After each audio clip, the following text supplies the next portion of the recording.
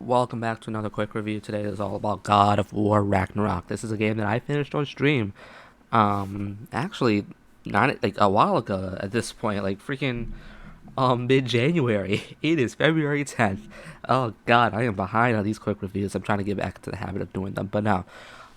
This game is amazing. I think this is a game that made my like when I finished it, it was like, oh, okay, this is an instant top five video games of all time for me. It's not my favorite by any means, but it's like top five. It's so good.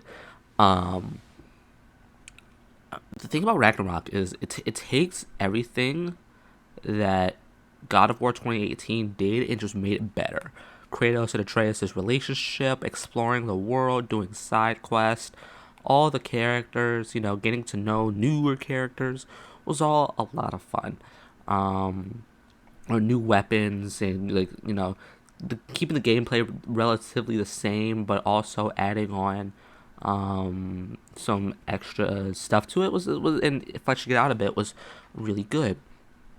Story wise, I think this game is near perfect, and the reason why I say near perfect is because there are times halfway through the game where I had to do shorter sessions because I wasn't enjoying myself as much. And the reason why is because at some point you start switching back and forth between Kratos and Atreus so much, and both of their arcs at that point during the game is not all too compelling.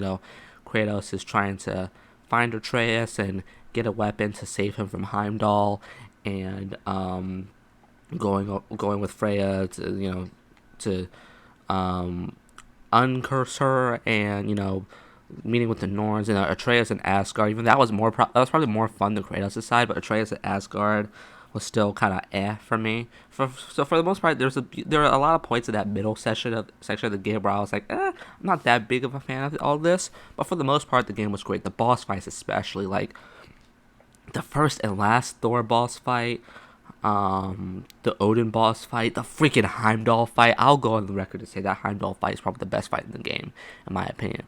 The Heimdall fight was so good, and I had so much fun with it.